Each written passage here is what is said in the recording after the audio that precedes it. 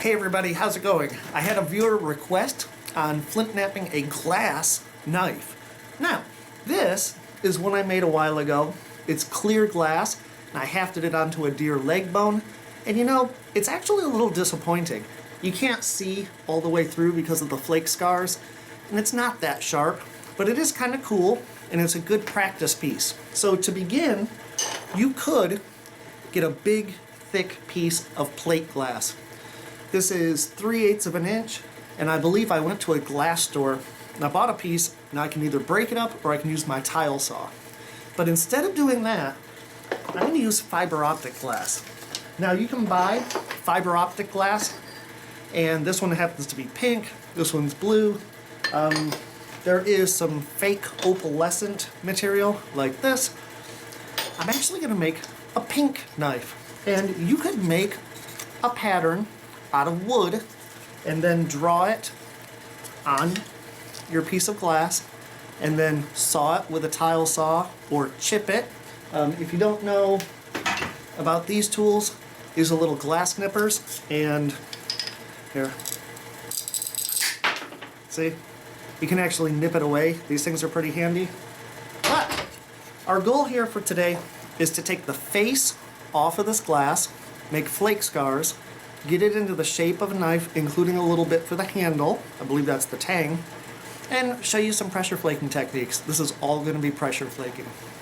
Okay, our first step is to get this into the general shape of a knife, just a real simple knife, and you can use a bopper, you could use an antler, this happens to be a copper bopper, and you can just sit here and nibble away and eventually get it into the shape you want.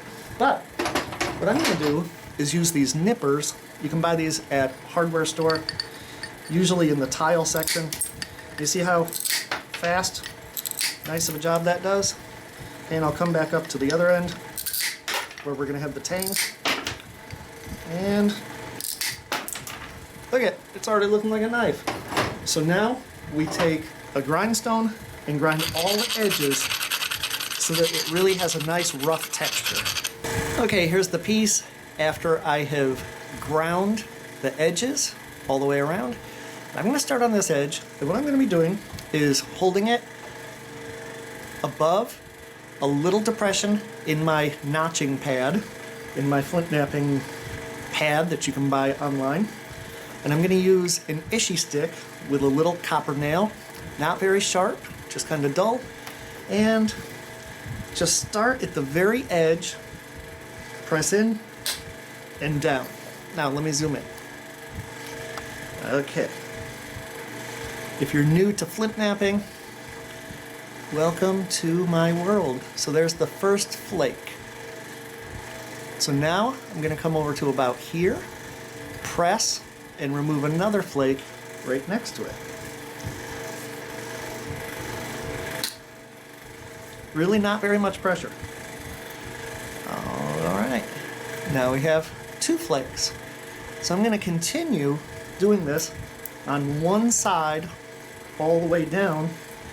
When I first started flint knapping, I would just about break my wrist trying to do this. And you learn that it's technique more than anything else. Alright, and then you see my point is we'll go from the other side and hopefully the flakes will meet in the middle. Alright, let me go ahead and get down this whole side, and I'll be back in just a minute.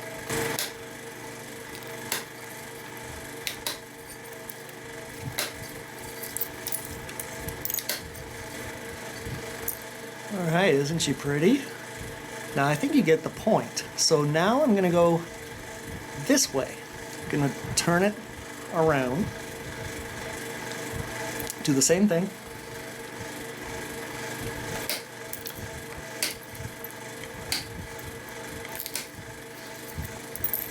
Okay, you get the point. Okay, so I've got from the top down on each side. So now I'm going to shoot from the bottom of the knife blade up. And this can be a little tougher with these irregular edges, so you want to make sure those are ground really well. Sometimes the hardest part is figuring out how to hold this. So that's just going to come with experience. The tip is kind of difficult because it's going to be very thin and pointy, so it's a chance it'll break, but also because it's hard to figure out how to hold on to it. And again, I'm bracing my hand against my leg and just try to find a high spot and press a flake in. Okay. Alright, so we got the tip started. And then, just like kernels of corn on the cob, just continue next to the space you just left and continue along.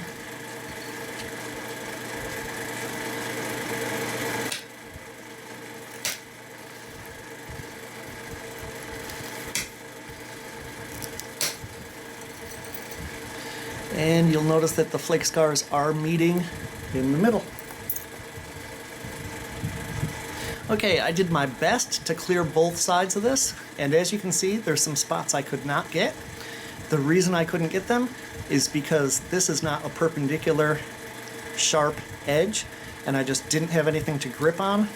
And so I'm not going to worry about that, because the next step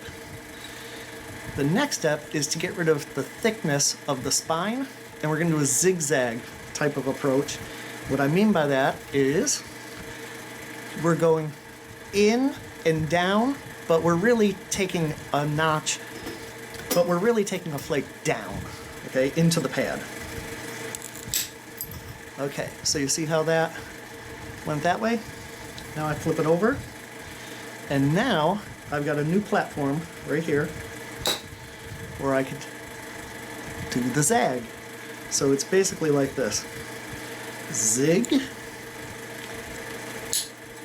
flip it over,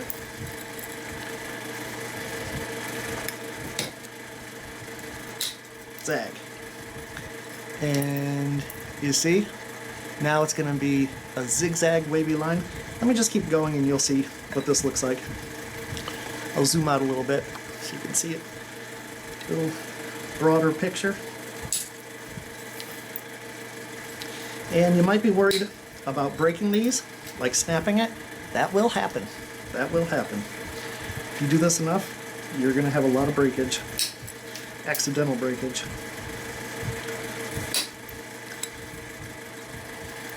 Alright, it'll probably take me between 5 and 10 minutes to go all the way around. And again, let's get a close-up of this.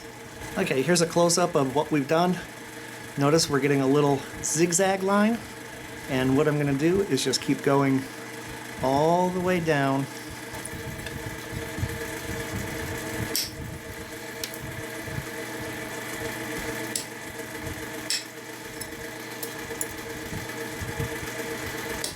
Alright, I got a zigzag on the top, got a zigzag on the bottom, and I zigzagged a little, but I stopped right here where the tang is going to go into the handle so that there's more meat there for gluing and attaching.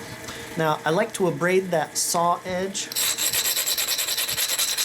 and that basically sets you up for the next stage, which is to pop each one of those little points off with a fine tip pressure flaker. Also, it dulls it so that you don't cut yourself, and for the sake of this video, it really helps you see that zigzag pattern. Alright. Now, remember I said I'm not worried about this face, because now that I have this down to the last little bit of pressure flaking, hopefully I'll be able to drive flakes and get rid of that face. So for this, I'm going to switch from a fairly thick pressure flaker to a much finer one, and I might even file this down so that it's very sharp. Maybe just a little bit more. So here is that stubborn face, and I'm going to come in, start with this point right there. One little point. Try to drive it just enough to get rid of that rough face. Okay, so bring it up like this. Make sure you can see what I'm doing. Okay. And you guys see that one little point right there? Okay, here it goes. Alright. See? Not quite. Isn't that frustrating? But let's just keep going and see if I can get it come back just a little bit.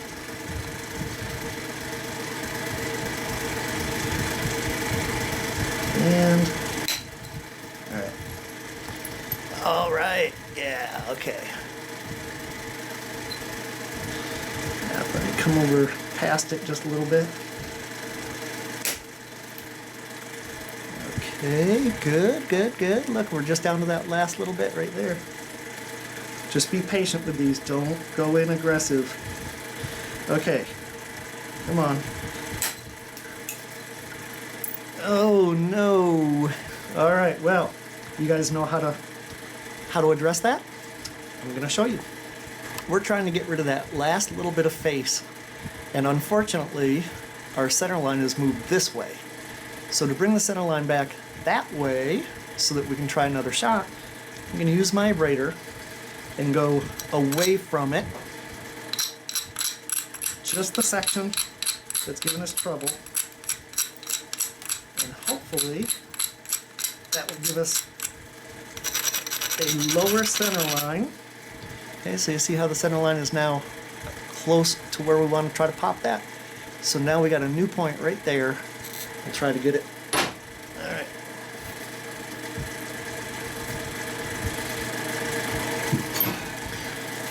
Okay, you ready?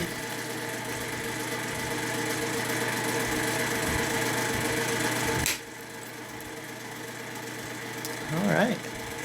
Just a little itty bitty tiny bit right there.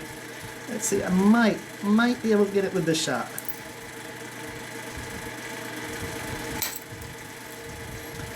And there it is. There it is, all cleaned up.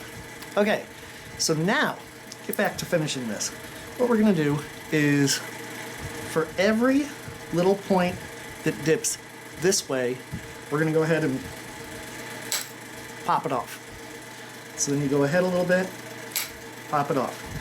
Go ahead to this one, pop it off. Okay, so we're gonna do that on this edge, then flip it over, and everywhere one of those little sanded points dips down, like right here. It's tough on the tip. Okay. Every place it dips down,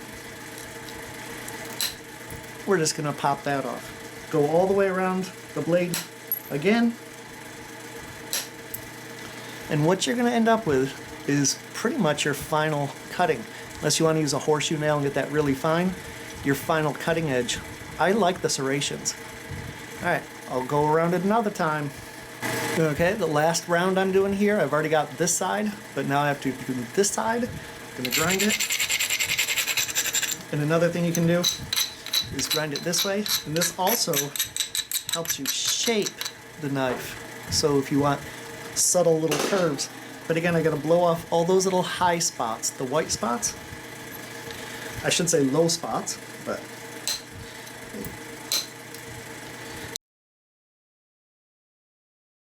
and that's just the final touch-up. Now let's go back and take the big picture.